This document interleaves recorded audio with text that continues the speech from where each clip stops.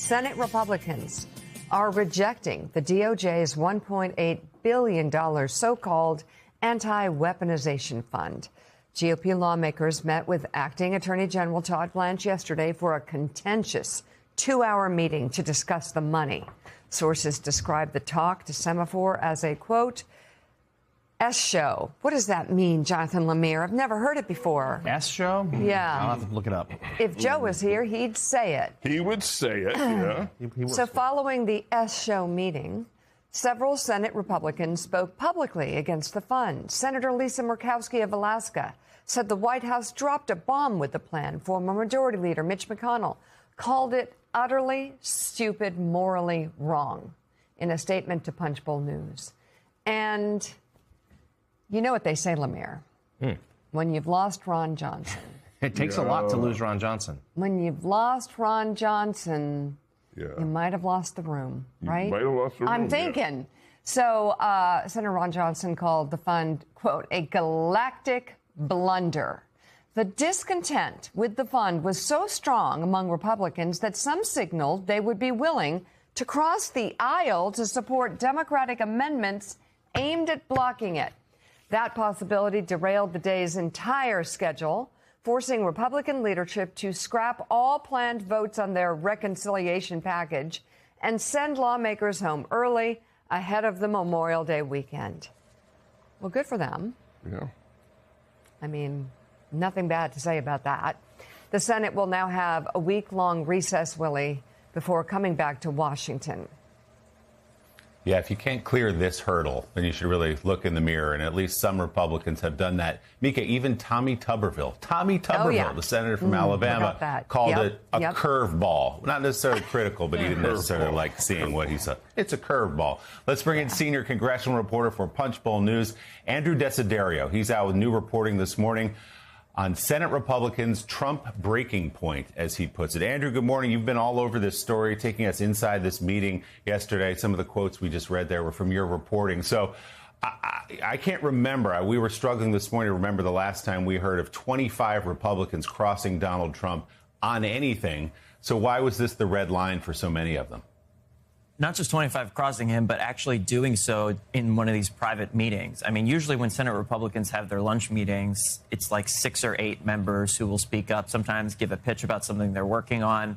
But this was sort of 25 members, half the conference, just giving uniform opposition to this proposal, this fund, and not only saying to Todd Blanche that he needs to understand the political side of this in addition to the legal side, but also work with them on suggesting ways that they can use this reconciliation bill to curtail or restrict somehow this fund, whether it's, for example, one of the proposals that was pitched inside the room was to make the 5 commissioners who are in charge of judging the payouts, make them sort of subject to congressional approval, or, develop some guidelines for who these people have to be. In other words, to make them more independent. Another thing they discussed in the room was limiting the ability of these payouts to go to those who were convicted of assaulting police officers on January 6th, for example. And so,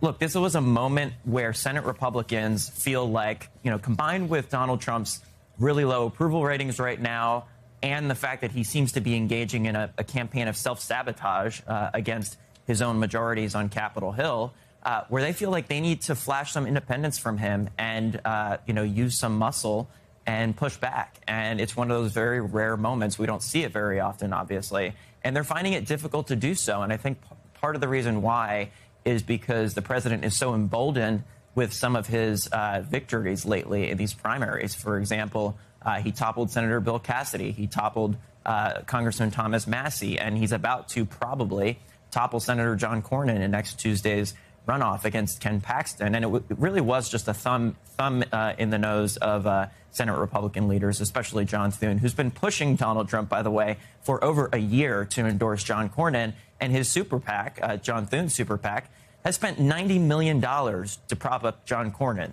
I mean, that money was just lit on fire, and they are livid at Donald Trump because now that's money that they could have used in other races across the country. So, Andrew, I mean, part of the problem with this slush fund is it's just so nakedly, transparently terrible. And the American people see that. I'll read the full quote from Mitch McConnell. He says this: "So the nation's top law enforcement official is asking for a slush fund to pay people who assault cops? Utterly stupid, morally wrong. Take your pick." That's from Mitch McConnell. So what happens now with this idea of what they're calling an anti-weaponization fund, but really is a slush fund? Does it have a future? Is it going forward? Well, look, there aren't the votes in the Senate right now to proceed to the reconciliation package, which, by the way, is all about ICE funding and Border Patrol funding, right? This is something Republicans want to be talking about because it's something that unifies them. And what Senator Lisa Murkowski told me, for example, was that the White House dropped this bomb on them this week, just as this reconciliation package appeared to be on a glide path. And by the way, Republicans had already bucked Trump as it relates to this package on the ballroom security funding request. They were prepared, and they still will, take it out of this legislation before it hits the floor.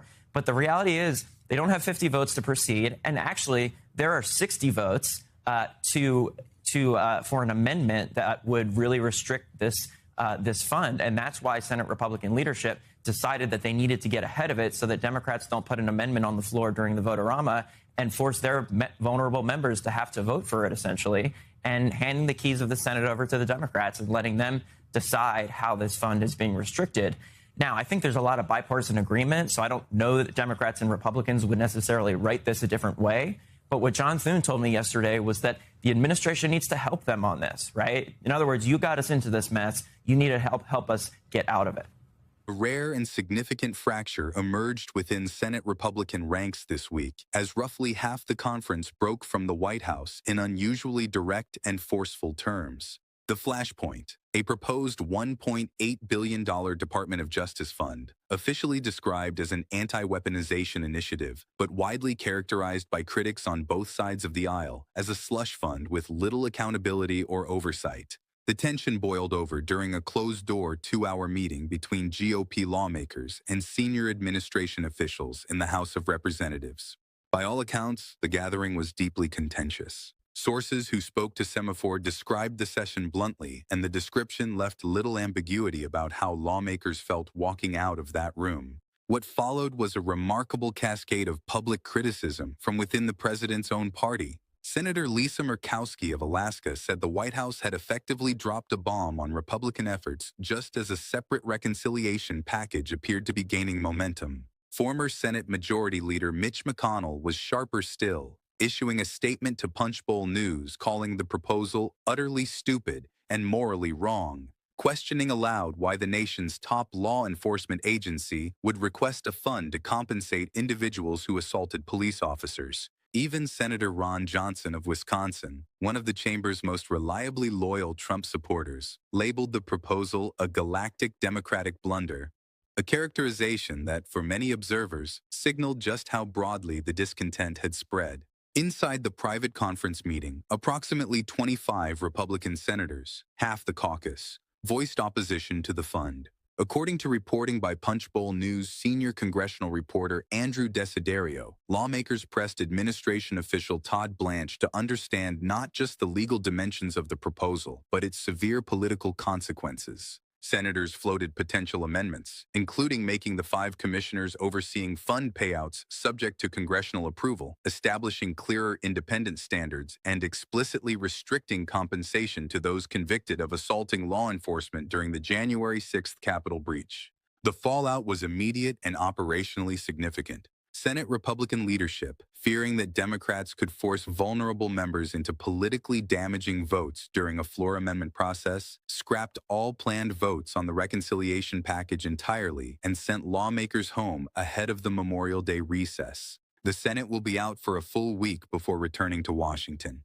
The episode arrives at an already difficult moment for the administration's relationship with Capitol Hill. The president's approval ratings remain low, and Republican leaders are quietly frustrated over what they describe as self-inflicted wounds undermining their legislative agenda.